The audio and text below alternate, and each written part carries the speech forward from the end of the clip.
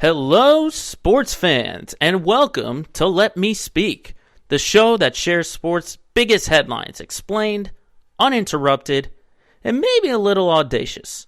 I'm Joe Braverman, and today's topics we'll be discussing are breaking down the biggest games from Week 10 in the NFL and making picks for Week 11.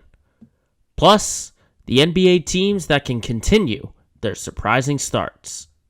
And is a COVID outbreak in Ottawa too much for the NHL to handle? It's episode 48 of Let Me Speak, and it starts right now.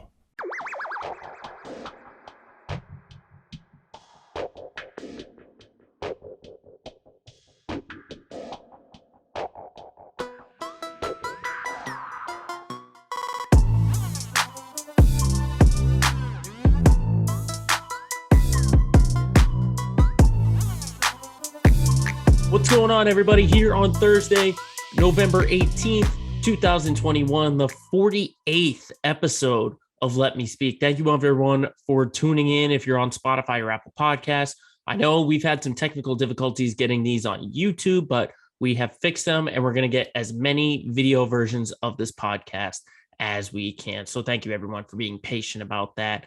The fall is really kicking in. We got a week before Thanksgiving, which, just so we're clear, we've got a special Thanksgiving episode of Let Me Speak next week. It'll be released on Thanksgiving instead of the usual Friday. So just keep in mind for next week's show. And meanwhile, this episode I want to dedicate to two of my three sisters, Julianne and Jenna. Happy birthday. I hope you guys have tremendous days. But getting to the action on the field, let's talk about the NFL, because last week felt like a regular week, somewhat of a regular week to get back, after what was a week of upsets, upset city. And obviously it starts tonight as we're recording, where the Pats play the Falcons. We'll get into our picks a little bit later with another special guest, but let's talk about week 10 and some of the games that really captured my attention. And we got to go all the way back to last Thursday between the Ravens and the Dolphins. 22-10. Miami won. What I took away from this was that for the first time in a while, Baltimore did not have a run game at all. The whole offense was shut down, and they had over 300 yards of offense, but they only had 94 rushing yards to 210 pass yards. Normally you see like a 50-50 balance between the two. So that was surprising to see. Baltimore was basically like shut down, and I give tons of credit to the Dolphins defense for stalling out what has been a high-packed, high-powered Ravens offense. Forcing the two turnovers, including Xavier Howard on the fumble return, taking it into the end zone, and then Tua Tagovailoa coming in for Jacoby Brissett and marching his way down the field into the end zone. I think, it was just Baltimore just wasn't ready to play. That's all it was. The defense kind of worries me a little bit, if they're unable to stop Tua, and with all the schedules or the games that are coming up after this upcoming week. The game against Chicago is probably going to be the easiest schedule, but then they play the Browns twice, they play the Steelers twice, and then they play the Packers, the Bengals, and the Rams. Those are all teams remaining on their schedule. Those are not easy wins. Especially with how wide open the AFC is.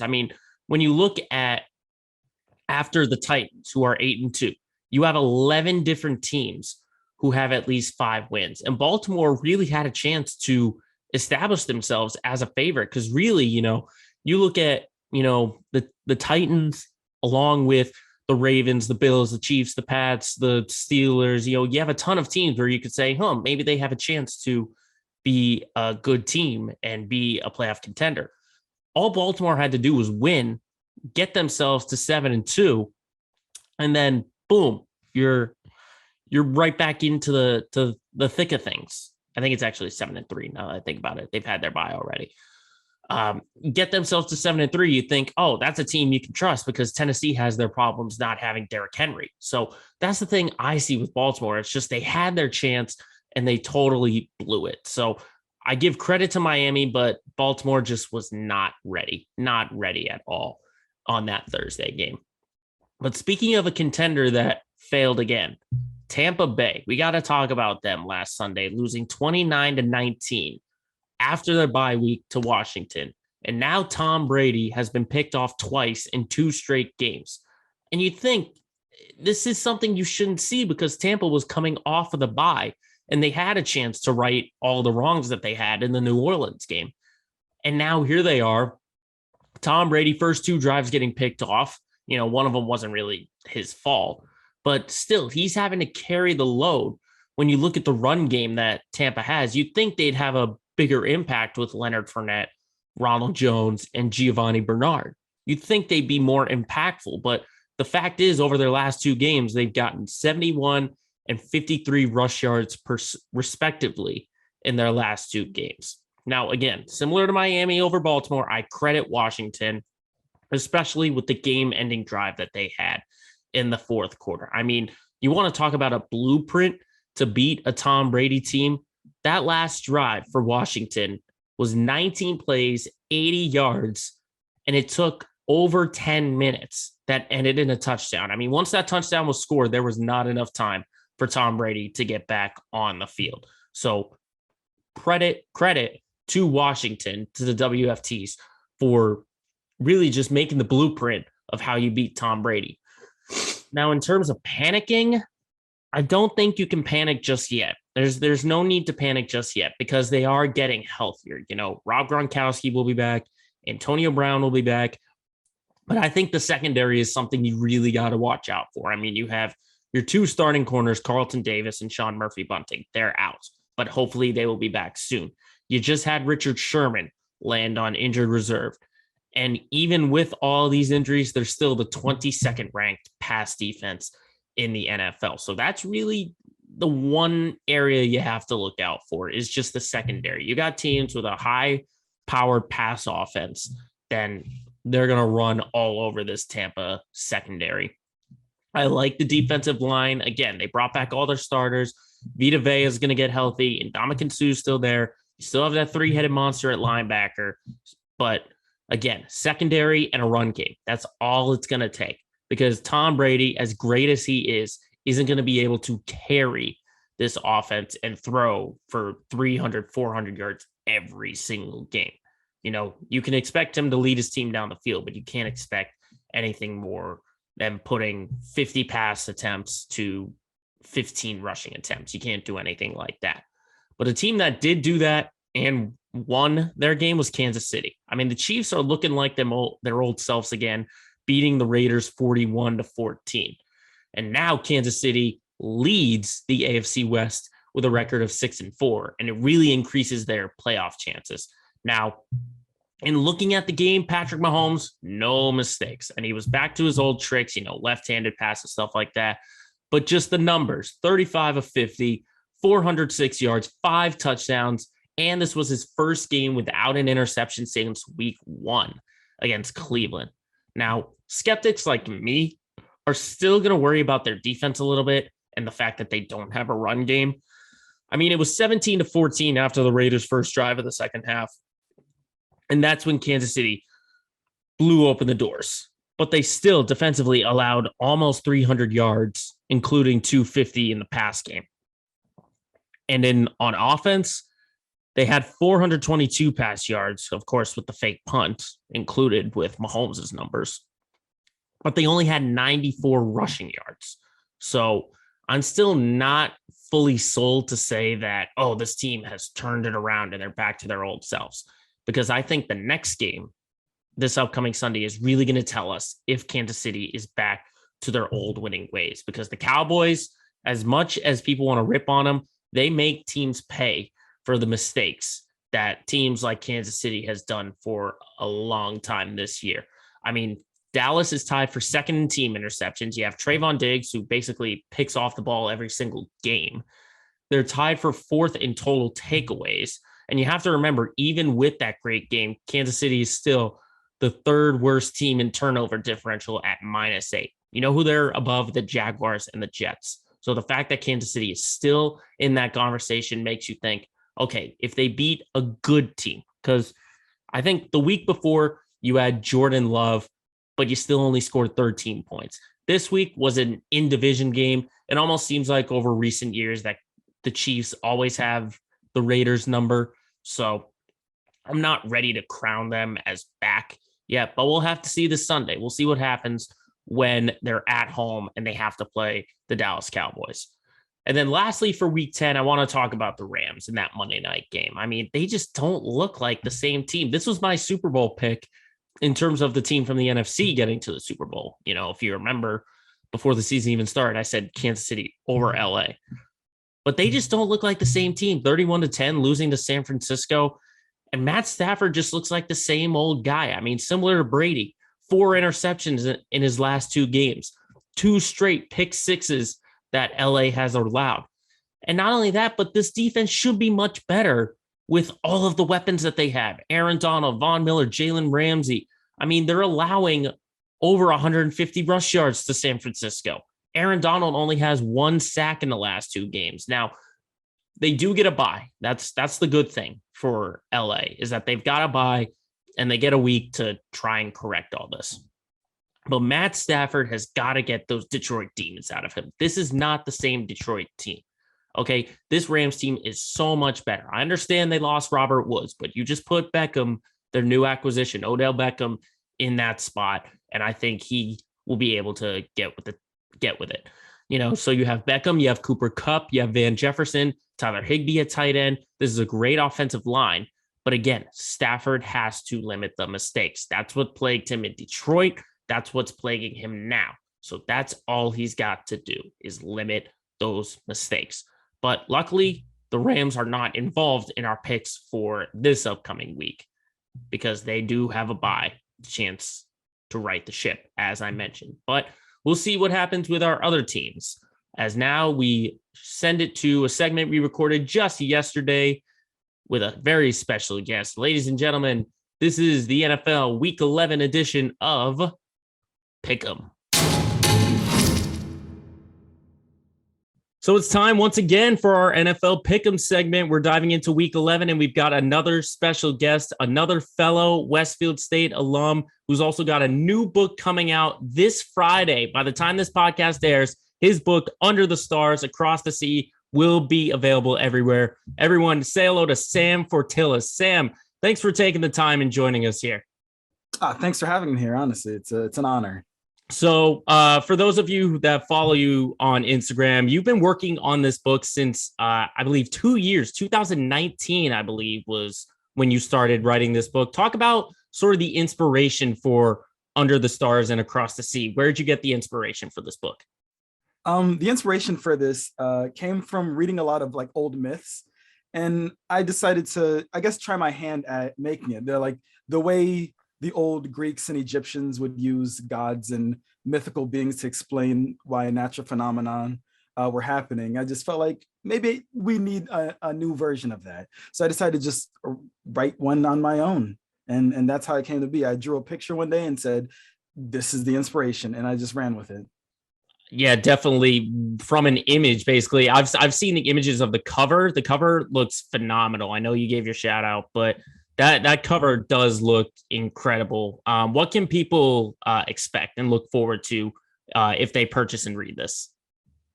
I'd say what you can look forward to is just going for like an easy time. It didn't read. I didn't write it to be like a super complex thing. It's nothing deep. I just wrote it as like just a fun little series of stories, a fun little couple shorts, and just to really just enjoy it as it's like a coffee book, really. You sit down, you just read it as you relax on your day, really. Yeah, nothing better than relaxing with a good book in your hand. So we got to get right into these NFL picks. How are you feeling heading into this week, about these picks? Are you nervous at all? No, me nervous has never been a situation. There's nothing but absolute confidence. I'm a little bit of a fortune teller. I can tell you what's going down. All right. Well, we'll see what happens. First, before we get into the picks, we look at our standings. So far, our first guest on this pick segment, 13-3, still Johnny Mansouritis leading the way, followed by our good friend Ben May at 10-3. So we'll see how you can do. You ready to make some picks?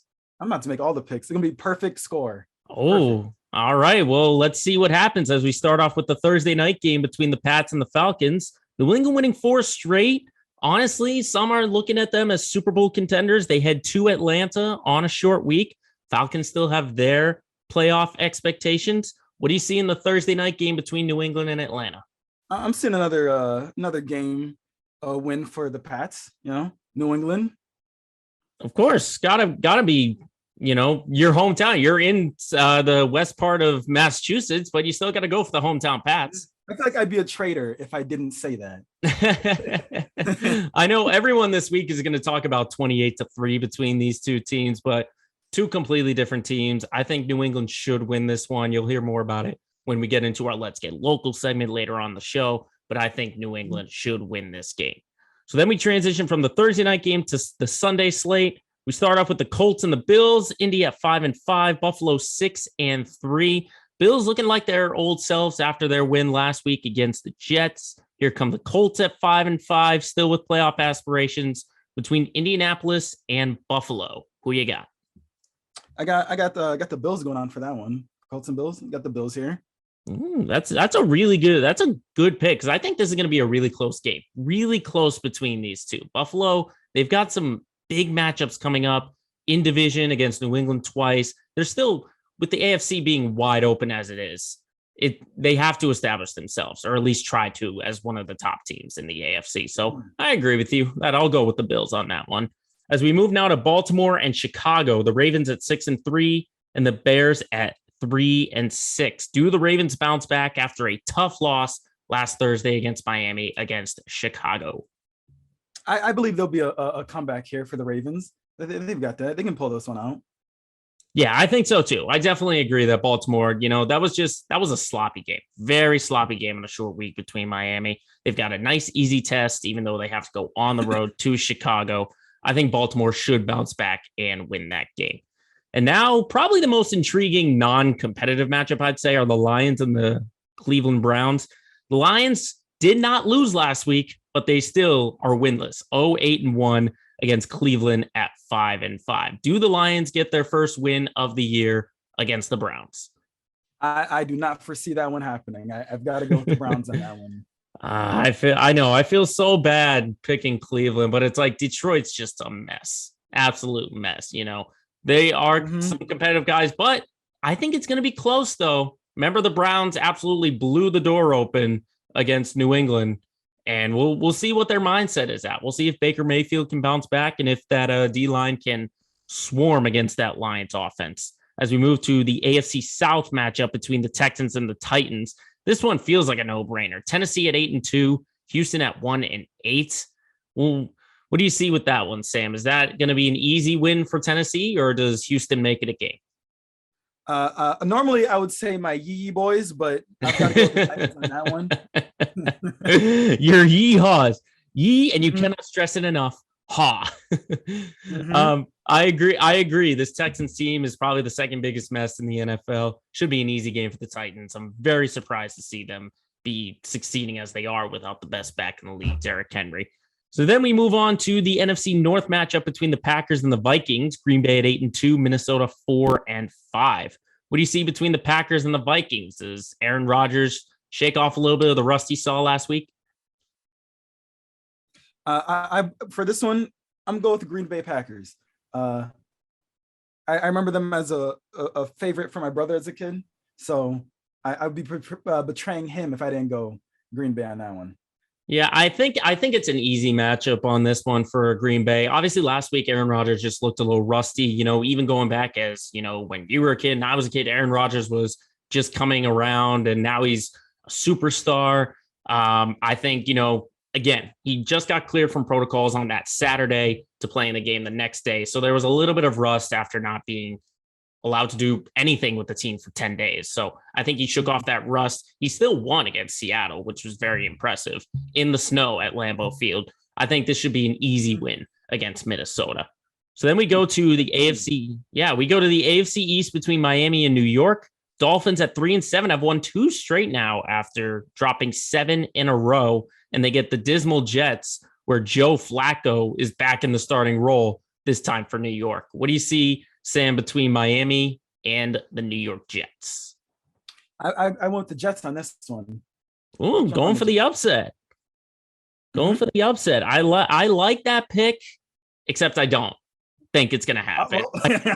I don't think it's going to happen. I think Miami's just rolling too much. The Jets kind of are just a mess right now. They've had like 3 different quarterbacks now starting if Flacco starts on Sunday. And they've just been, I think they've allowed like over 40 points, like 4 straight weeks. I don't think that's happened ever. So I don't think they can do that against this Miami team, especially with Tua Tagovailoa back at the quarterback position.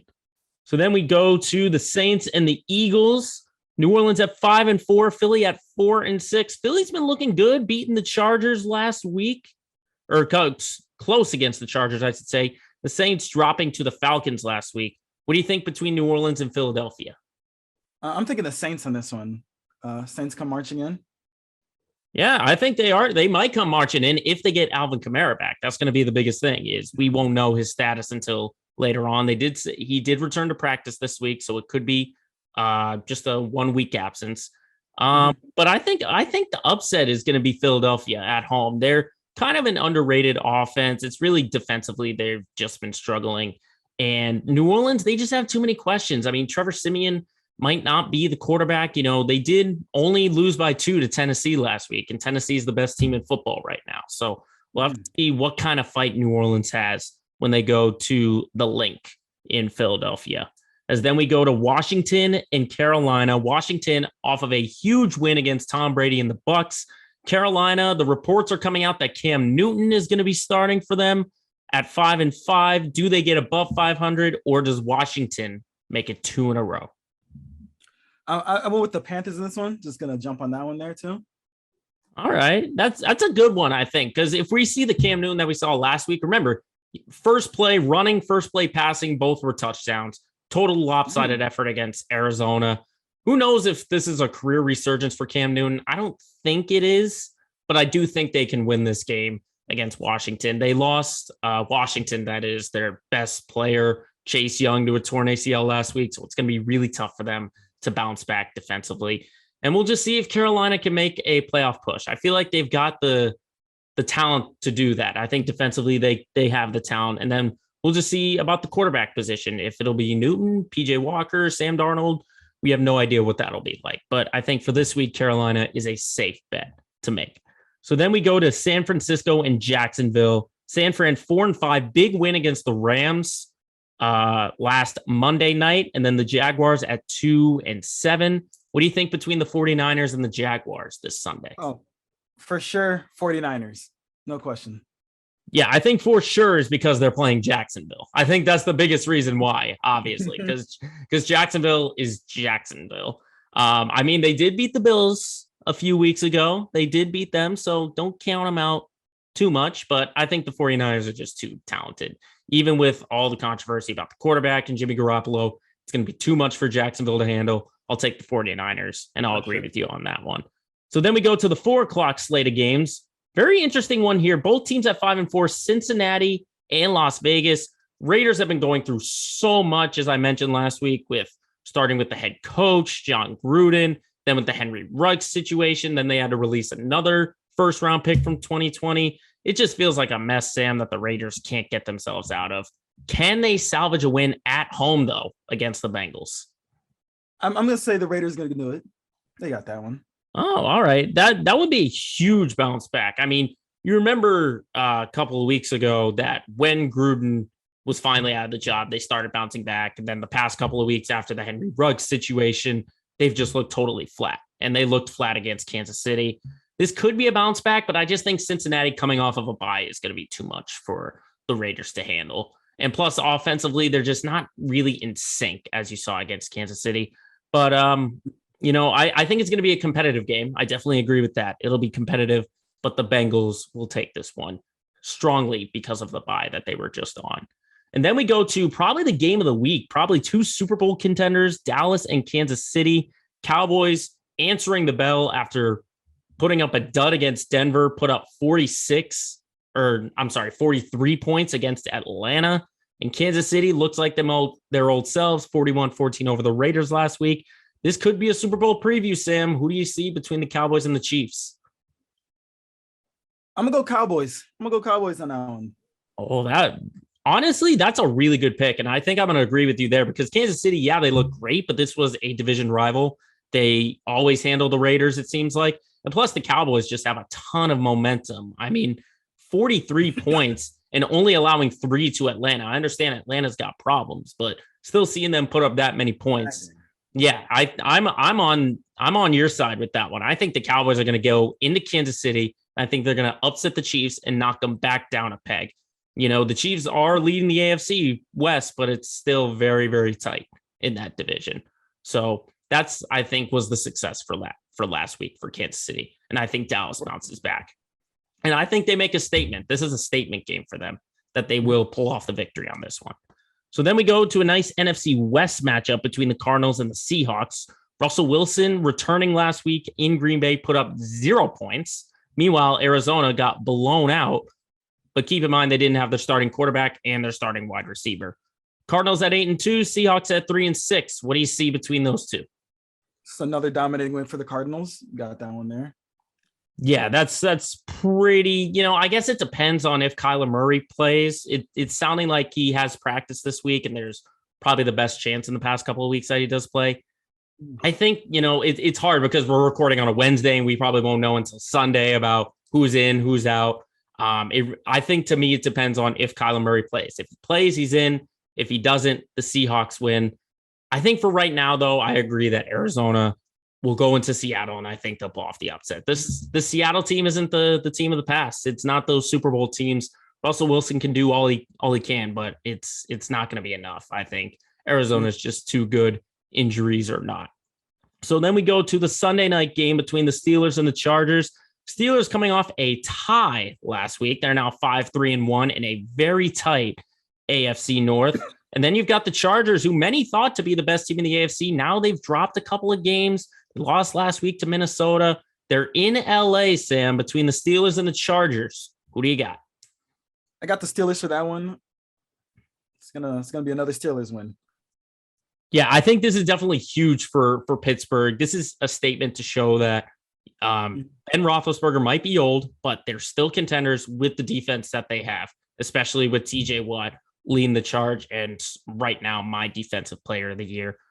I think it's going to be really tough. This Chargers team is still young, but I feel like Pittsburgh, they're waiting to put up a dud, and I think it comes this week. I think the Chargers bounce back. They're still a young team, so there's still a lot to learn, even if they do lose this game. But I think at home is going to be the big difference for the Chargers. I think they pull off the win on this one.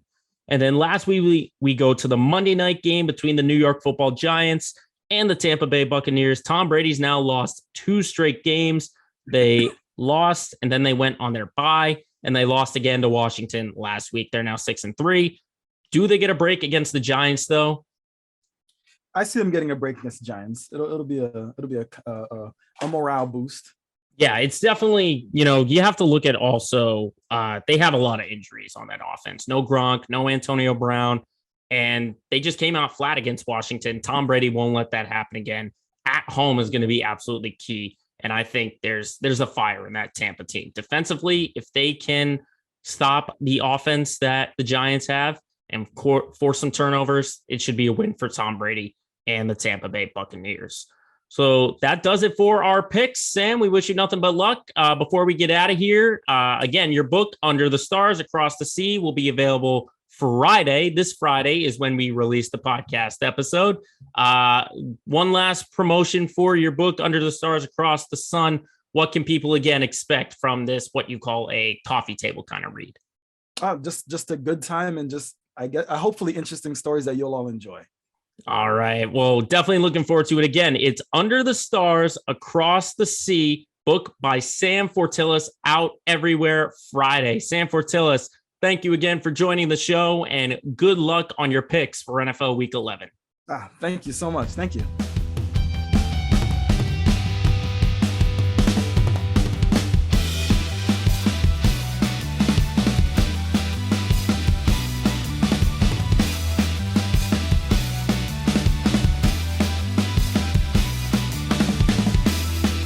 Special thanks again to Sam Fortilus. Again, check out his book. It is amazing. As now we move to the hardwood, talking about the NBA. It's been about a month, a little bit less than that. We've got about 15 or 16 games for each team off of their slate. And I got to tell you, these standings are a little bit surprising to me. Not so much in the Western Conference. I mean, the Warriors, yeah, I expected them to bounce back. Phoenix has won 10 straight, Lakers having their problems, but it's the Eastern Conference that's really blown me away. I mean, look at some of these records from these teams. You have the Washington Wizards tied with the best record in the conference at 10-4. Okay, you have the Charlotte Hornets and the Cleveland Cavaliers at 9-7. You have the defending champs in Milwaukee at 7-8, and then the runner-ups from the East last year, the Atlanta Hawks at 7-9.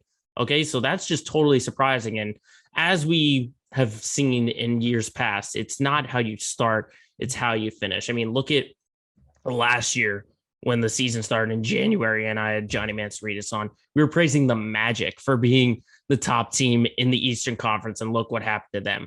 They went free falling. Luckily, they're back down to earth at 4-11. But it's those three teams I want to talk about: the Wizards, the Hornets, and the Cavaliers.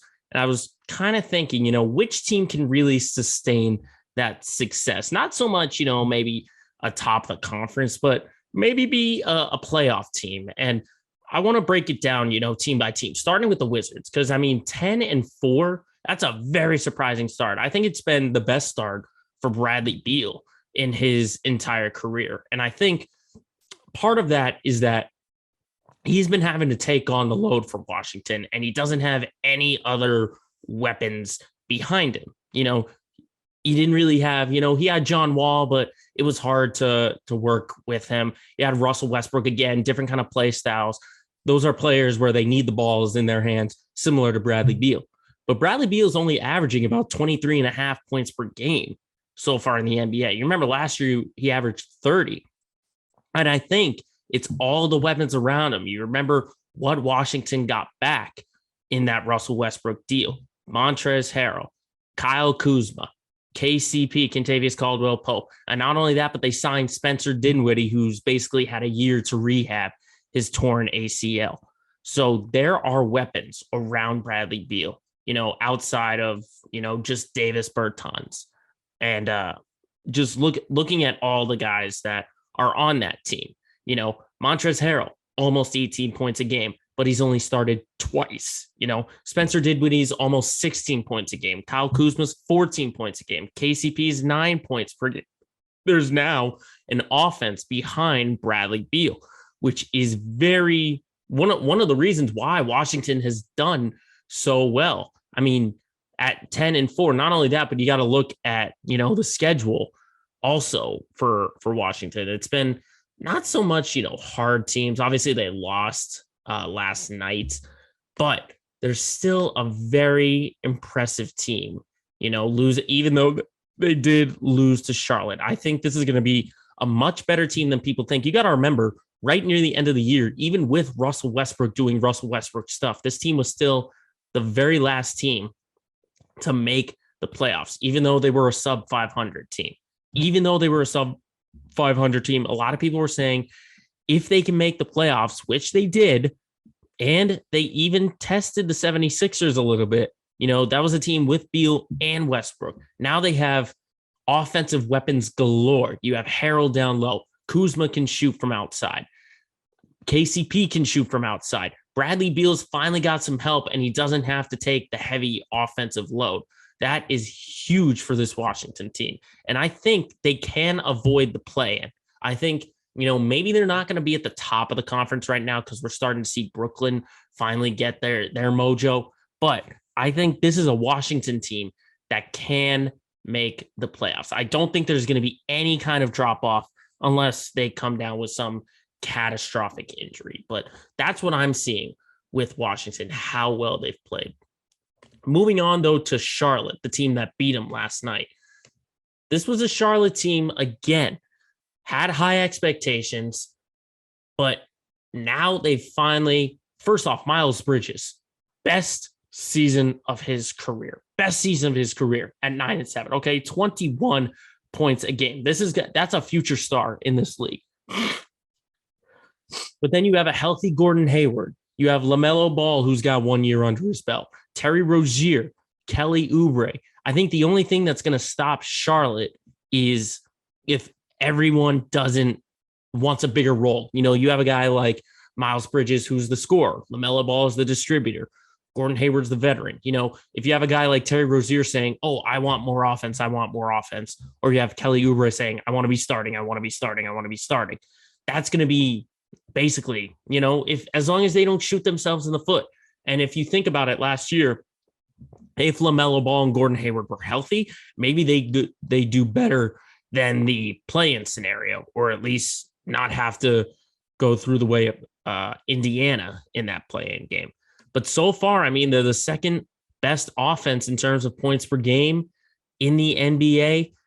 I think this is a team, again, they can sustain that success. I really think they can, because this is it's a great lineup. And the only thing that they were lacking last year was a center, a big blocking center. And they still don't quite have that. I mean, Mason Plumlee, yeah, he's okay. He's averaging eight rebounds a game.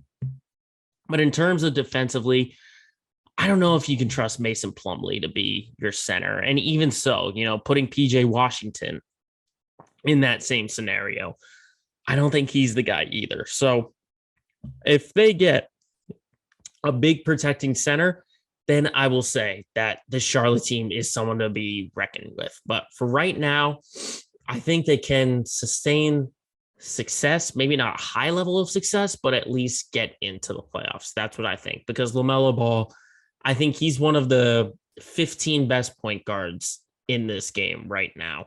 His size, the way he distributes the ball. I mean, come on, the dude averages almost a triple double, 19 points, 7 rebounds, 7.5 assists. So, props to LaMelo for that. And then obviously Gordon Hayward not having to be the central point on offense. This is a Charlotte team, look out for them once we get to February, March. They could make some noise. I don't think they're going to, be top 4 in the conference, but they will definitely make the playoffs again. You can mark my words for that one. But then lastly, our old friends, the Cleveland Cavaliers. This is a different, though, Cavaliers team. They've just been building and building and building through the draft. Obviously, it's going to get tougher in the future because they don't have Evan Mobley. But remember, this was a team that, to me, has a ton of size, which helps on defense. I mean, Evan Mobley, Jared Allen, Lauri Markkanen, Kevin Love, they even got Taco Fall out there. Saw him in the game against the Celtics. I mean, this is a team that is built to have a great defense. And so far it's working out. They're the second best defensive team, tied for second best in terms of opponents' points per game. Now, again, Cleveland had the same start last year, and look what happened. They ended up back in the lottery. So I'm not holding my breath on this one. I think Darius Garland, Colin Sexton, Ricky Rubio, those are your 3 leading scorers right now.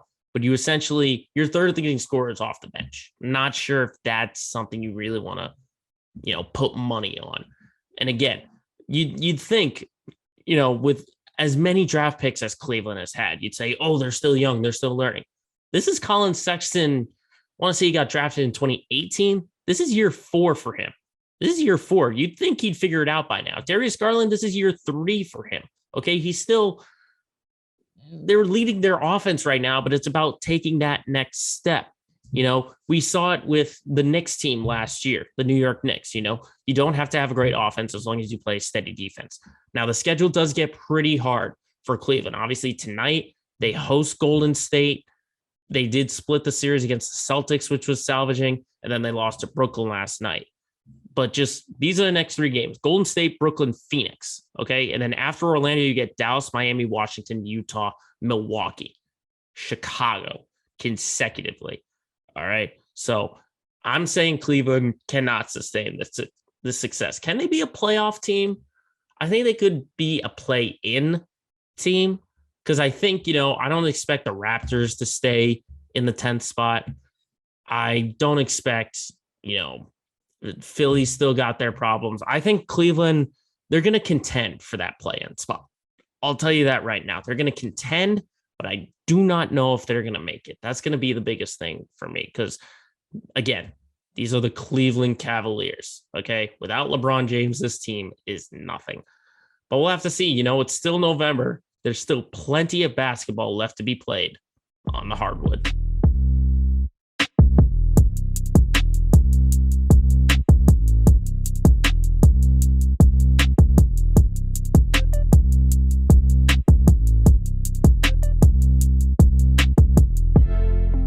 Up next is the NHL, and the NHL has got their first COVID outbreak of the season.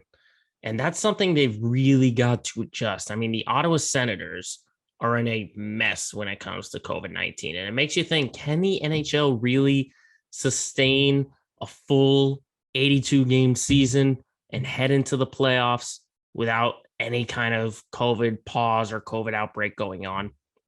It's a very interesting question, but I think it's the perfect subject for this week's edition of our segment known as Hot Takes. Hot. So looking at it again for the Ottawa Senators, they've got 10 players and an assistant coach in protocols right now, and they have not played since Sunday. Their next 3 games have been postponed, which means their next game they would be eligible to play is this upcoming Monday. Now, this is the first postponement of games in the NHL, but other teams are going through so much. I mean, 16 different teams have had players miss games or coaches miss games. The Sharks, San Jose Sharks, have had 7 players and their head coach, Bob Boner, in protocols. And the Pittsburgh Penguins have had their superstar, Sidney Crosby, and 3 other players, along with their head coach, Mike Sullivan, in protocols as well. Now, it's just confusing to see how this sort of happens. I mean, the NHL only had, according to Gary Bettman, 4 unvaccinated players at the start of the season in October. Now, there is an unlikely scenario that Bettman might have lied about the vaccination status, that more players are unvaccinated, but you have to also think that the league has stricter protocols, compared to the NFL or the NBA and stuff like that. They've got stricter protocols about close contacts and testing positive. Get a minimum of 10 days isolated. Unvaccinated players can't travel to Canada. But it makes you wonder where this outbreak comes from. And obviously that's like a science question you have to ask on a science podcast or something like that knows more about the virus than just a lowly sports fan. But with what the NHL is going through right now, the good thing is this is happening in November, that this is November. The season still has months and months to play out, but you have to remember there's still the Olympics coming up. There will be a 2-week break for that. You have the holidays like, Thanksgiving and Christmas. We're seeing in the NFL that protocols are going to get more strict for the holidays. So you're just wondering where is all this coming from? Where are all these coming from? And really just in my eyes, this is the NHL being, like a lockdown team. They're with the NBA, once you're off the floor, you can put on a mask or something like that. You can't do that in the NHL. Once you're off, you might be going back on in the next 2 minutes or so. So, you can do everything you want. Obviously, you can't control the virus. You can't control COVID-19 at all. But what you have to deal with is just as long as people are following protocols, because, you wouldn't have to see so many games missed if all these players are vaccinated. You can travel to Canada. And what's funny about the Ottawa situation is Canada was so locked down in terms of their restrictions. Basically no one could go into Canada basically since the world was declared a pandemic and until, months had passed after the vaccine had came out. So it makes you wonder, what is going on up there in Ottawa? What is going on in Ottawa? But the good thing is, this is not the only team that's going through it. As I mentioned, San Jose, Pittsburgh, Detroit, all of these teams have gone through any kind of, not necessarily an outbreak, but in terms of controlling their locker room. This is the first postponement of any kind of games. And, the good thing is it's really been the first postponement since, the MLB back in August when the Yankees had their COVID situation. But again, these are vaccinated players who are either testing positive or being close contacts. It's not something to panic over if you're the NHL, because, more you have more people getting booster shots, more people are getting natural immunity. It's not something to worry about just yet. But if the cases continue to climb and climb and climb throughout the NHL, that's why, you look at the NFL, Aaron Rodgers tested positive, Ben Roethlisberger, Joey Bosa. You're seeing all these positive cases all of a sudden. Obviously, it's the nature of the Northern Hemisphere with it being colder now, which means scientifically viruses are more prompt to spring up. But again, the NHL can't control this. They've been controlling it for 2 years now. 2 years. They had a whole bubble in Canada where there were zero positive cases. You had the NBA in a bubble, 0 positive cases. And with all the restrictions that they had, this is the first time in probably a year and a half that people are able to go into Canada. So there are these kind of things that are going to happen, but it's a matter of Gary Bettman and the NHL being able to control it and not let things get out of hand. And Bettman's been getting a ton of heat with the Blackhawks situation. He's getting a ton of heat like that. He doesn't need a situation like a COVID-19 outbreak to make things worse. But the good thing is it's only November. The playoffs don't start till the spring. There's still plenty of time for the National Hockey League to get this thing under control.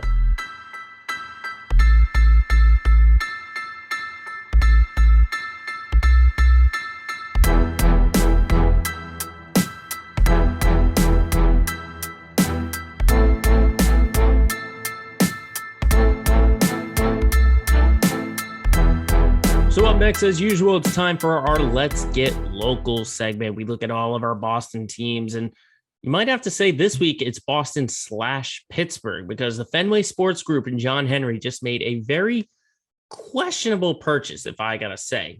Fenway Sports Group is gonna purchase the Pittsburgh Penguins from the NHL. Now, this is something I really, it's taken me a few days to sort of digest, and this was the biggest question that I got. If John Henry owns the Boston Red Sox, and he has said that this team should be under the luxury tax, we saw Chaim Bloom do that all year long for the Red Sox, but he's able to spend millions to buy a rival NHL team. This isn't like, the Coyotes or the San Jose Sharks or the LA Kings or any team that isn't, in a rivalry.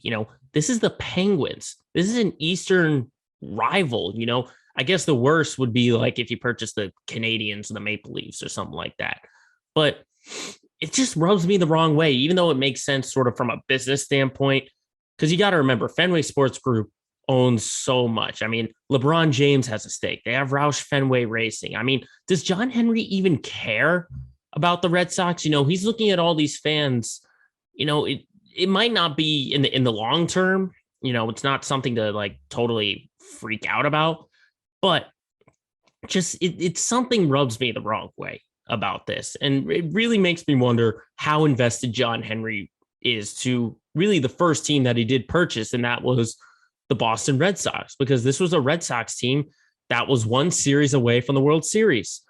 And if he's telling, lower management like Chaim Bloom or whatever, we're not going to break the bank for the originator of the Fenway Sports Group, does that mean, more time is going to be invested in NASCAR with the Roush Fenway Racing? Is more going to be invested in the Penguins?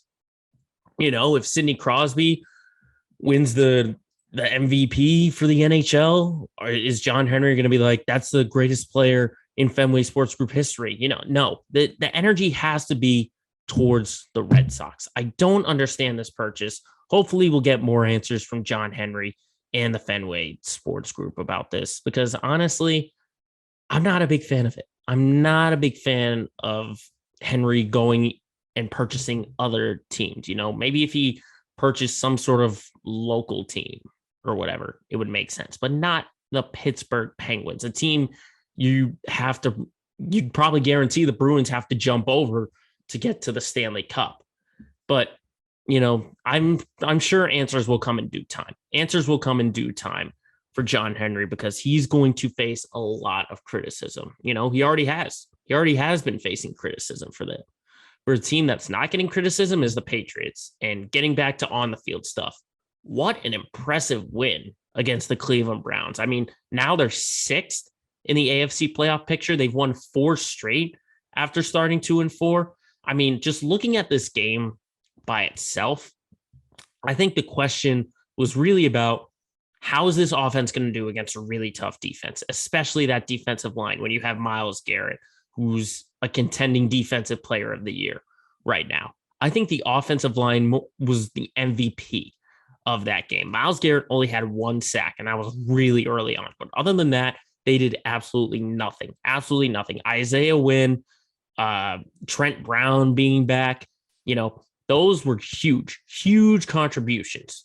And not only that, but just look at the offense with that kind of protection. Mac Jones was 19 of 23. He only threw 4 incompletions, okay? Almost 200 yards and 3 touchdowns, okay? This was an offense that scored over 450 yards of offense, over 180 on the ground, and just from top to bottom, they were incredible on offense. I mean, that 99-yard drive, which was very surprising to hear that this was the first time they did it in 10 years.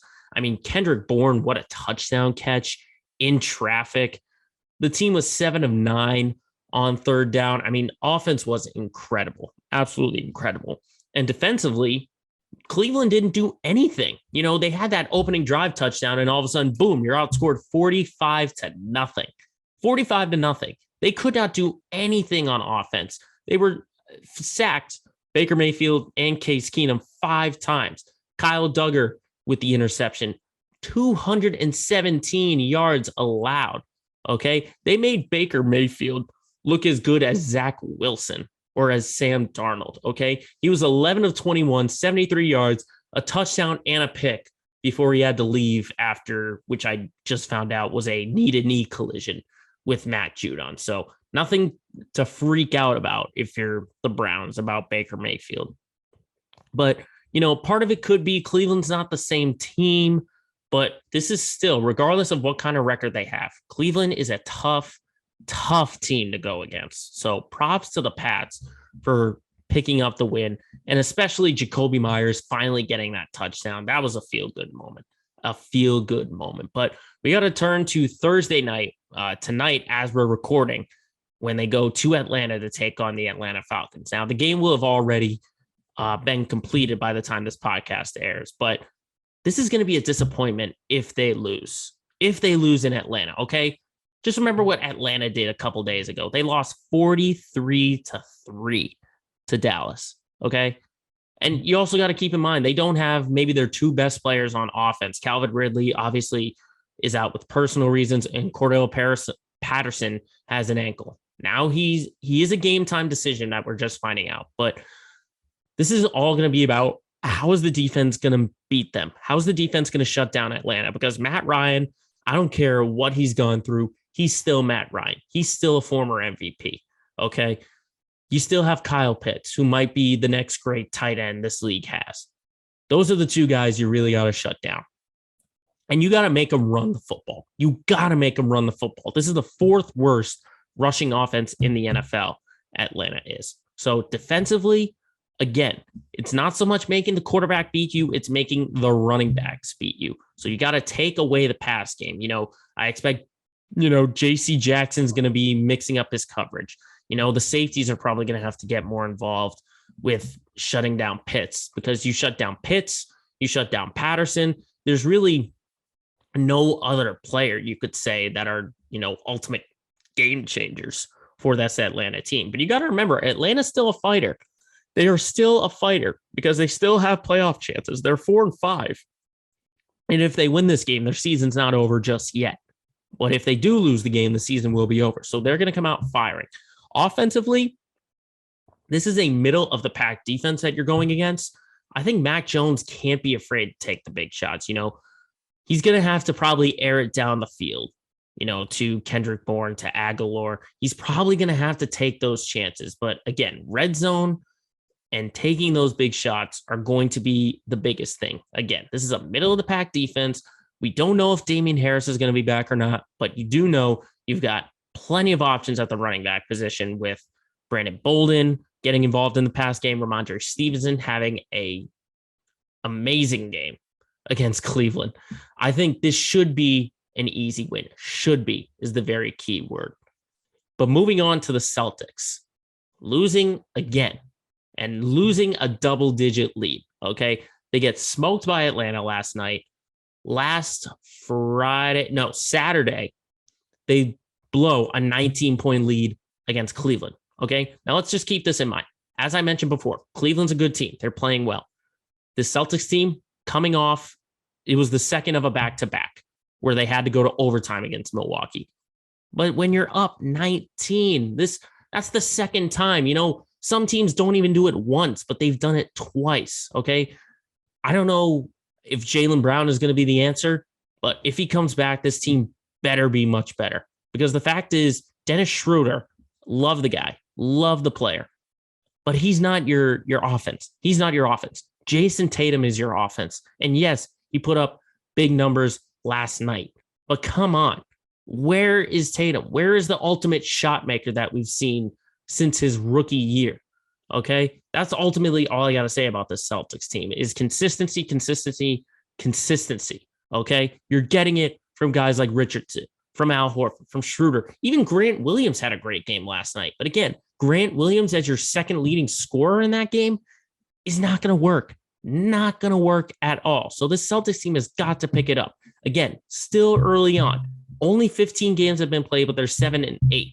They have to find their groove. And maybe when Jaylen Brown comes back, they will find their groove because Marcus Smart is now a distributor, which I absolutely love. I love him racking up the assists. But Jason Tatum has got to find a consistent groove on both ends of the floor, not just scoring, but defensively as well. We'll have to see what happens, though, because their next game is against the Lakers, and it might be the return of LeBron James. So we'll see how the Celtics are able to respond. But that'll really be an interesting game. Two teams that are struggling. Who's going to want it more is essentially who's going to win that game on Friday. Who wants it more? But in off-the-field situations, let's talk about the Red Sox. They've already lost a big piece. Eduardo Rodriguez is moving on. He's going to Detroit, 5 years, $77 million. Now, if you're doing the math, that's roughly $15 million per year. Now, I'm not sure exactly what Detroit, what allowed Erod, why Erod wanted to leave and go to Detroit. Because obviously the qualifying offer was much more than 15 million. It was, I think I said last week, it was 18 million. And there were talks about possibly going long-term. But I think for Rodriguez, I'm looking at it like this. I think, when you look at the pitching staff that Detroit has, he's going to be the number one starter, despite having an ERA of 4+ last year for the Sox. He's going to be the number one starter. He might have been looking for a long-term deal or a possible change of scenery because this guy was here since 2015. That's when he made his mark with the Red Sox. He was key in a world championship in 2018, 20-game winner, former Cy Young nominee. We'll have to see how it does for Detroit. I don't think Rodriguez is going to turn that team around completely, but it's a great move by Detroit. It's going to be tough to see how the Red Sox sort of replace that because, it's probably going to be more from Tanner Houck, more from Chris Sale, Evaldi, again, like I said, looking for that fifth starter. Now you kind of have to look for two starters. Pitching is the ultimate question for this Red Sox team. And with the starting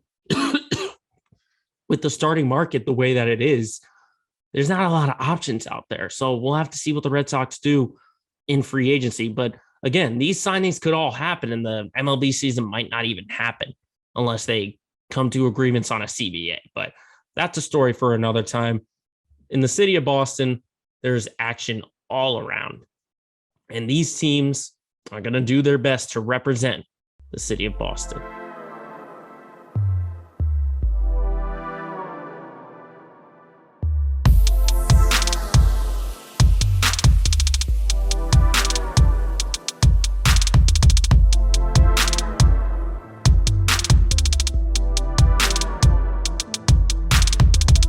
Lastly, to end our show, as we always do, we look at our LOL moment of the week. Now, this one's got two notes on it. Number one, it's a head scratcher. And number two, I'm not sure who pinpoint to give it to, if there's one specific, area. So this is sort of a broad sort of moment who it's going to, So it's hard to explain, but I'll just get right into it.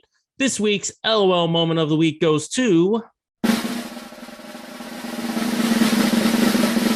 the city of Los Angeles. Now, I don't know who specifically runs the Staples Center, but the legendary arena is getting an odd and not really refreshing name. The Staples Center, which has been a staple since 1999, will now become Crypto.com Arena starting on Christmas. Crypto.com Arena? I mean, that just doesn't flow as well. And you also got to remember, this is the city of Los Angeles, okay? The Staples Center is historic for not just Lakers or Clippers or Kings, or the Sparks or something like that. We're talking the Grammys have been held there. You've had legendary memorials, Michael Jackson, Nipsey Hussle, Kobe Bryant, okay? This is a legendary arena, okay? And ultimately, it's the house that Kobe built, all right? Kobe and Shaquille O'Neal made the Staples Center essentially what it is today. And again, it just doesn't flow. I mean, you look at, when they have camera shots during like Lakers or Clippers games, you see the red sign that says Staples Center. Now you're going to see Crypto.com Arena, okay? Those are just things that flow, I compare it to like, when the Boston Garden became the TD Garden. They started with TD Bank North Garden, then it went to TD Garden. That just flows. That flows, but everyone will call it the Garden regardless, okay? Similar to in New York, Madison Square Garden.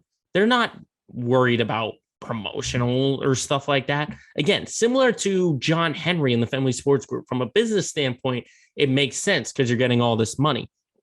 But from an outsider's perspective, if you're a fan looking at this, if you're going to a concert saying like, oh, we're going to go to a concert at Crypto.com Arena, that doesn't flow as well as the Staples Center, okay? It doesn't.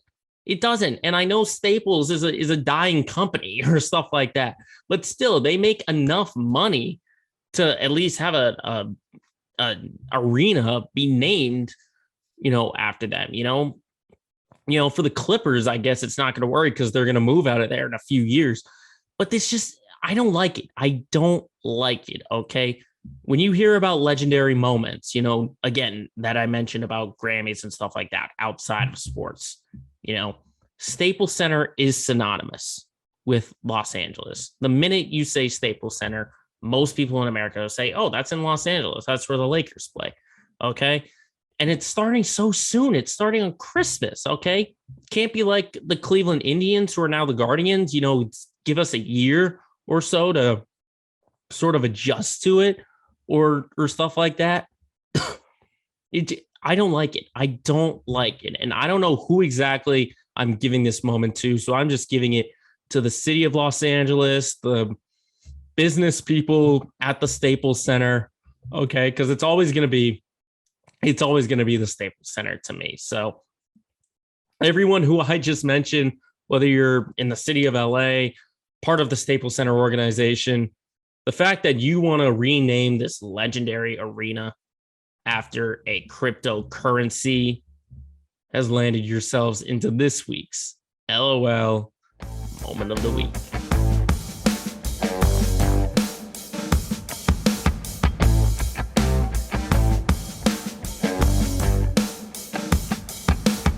So that'll do it for this edition of Let Me Speak. Thank you everyone for tuning in. If you're watching us on YouTube or listening to us on Spotify and Apple Podcasts. Again, we've got a Thanksgiving episode coming out on Thursday. Thanksgiving. Keep your eyes out for that. And again, make sure you follow our pages on Twitter, Facebook, and Instagram. All you got to do is search Let Me Speak Podcast. And remember, as always, if you've got a point you got to get across, just let the whole world know. Shut up and let me speak.